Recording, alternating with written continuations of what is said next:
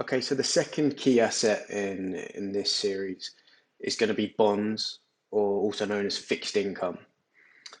And effectively, what fixed income is, it's actually really, really self-explanatory.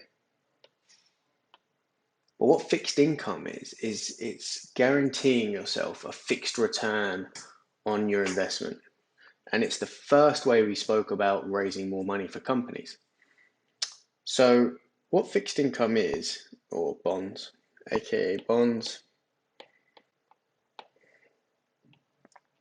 is when a company or government wants to raise debt, wants to basically borrow money, and they can agree to return that investor, the person who lends them the money, a fixed amount of interest every year, and then also give them back the money at the end of that date. Okay, and that's probably the two most important parts of bonds you'll learn about. So the fixed rate, so the fixed interest rate. This is the first most important point, the fixed interest rate. And then the second most important point is the date that you return the money, or the full sum. These are the two most important points when looking at bonds, okay? And obviously, finance being finance, investing being investing, they've created a different term for these. And the fixed interest rate is called the coupon, and this is called the maturity date. And they're the main two things to take into consideration. There's one final one which we'll talk about a bit later. But so when you purchase this bond, these are the two things that you'll be looking out for. So the coupon. So let's say, for example, I lend you. So we'll use the JPC. So let's say, for example, that JPC wanted to raise. Let's say they wanted to raise £100. Okay.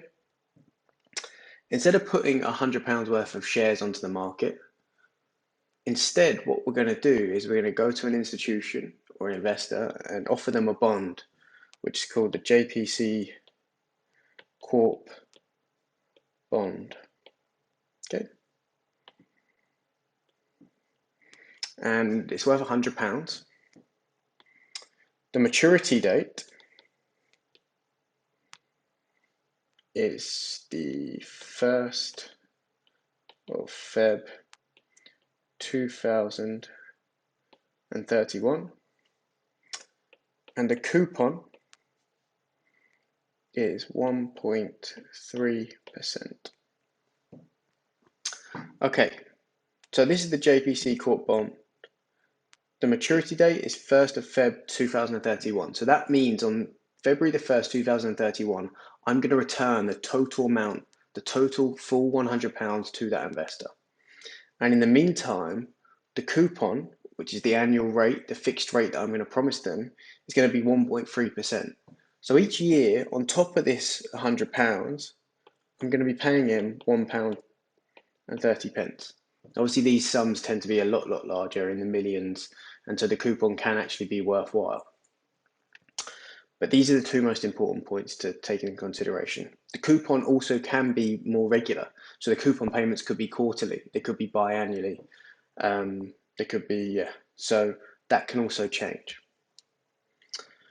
The final point to really touch on for bonds is what we call credit rating agencies, or rating agencies.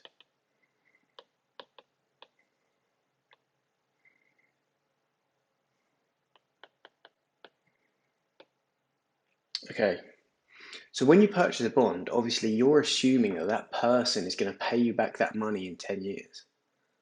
But what if that business completely collapses? How is that person going to pay you that back? So that is something called default risk, okay? And this is another factor that we take into consideration when we purchase bonds. And for the record, if you're thinking, why am I learning about bonds? I'm never going to invest in them. The vast majority of you, without knowing it, will have part of your pension in bonds, because that's how traditional asset managers balance your portfolio. Okay, whether that's right or wrong, hopefully we'll cover it in a later video, or my opinion on it in a later video. but you will be investing in them. And if you're risk averse, especially like if you can't weather the storm, if you can't go and dance in the rain and you don't mind if your stock drops 50% one day, goes up 70 the next, down 90 the next day, and that sends your heart pumping, pulsating, then fixed income and bonds is for you because you can guarantee yourself a return each year. And the things you have to take into consideration are things like default risk. So let's say you're really worried about this company going bust, JPC. You think the future of pens, it's not looking that good.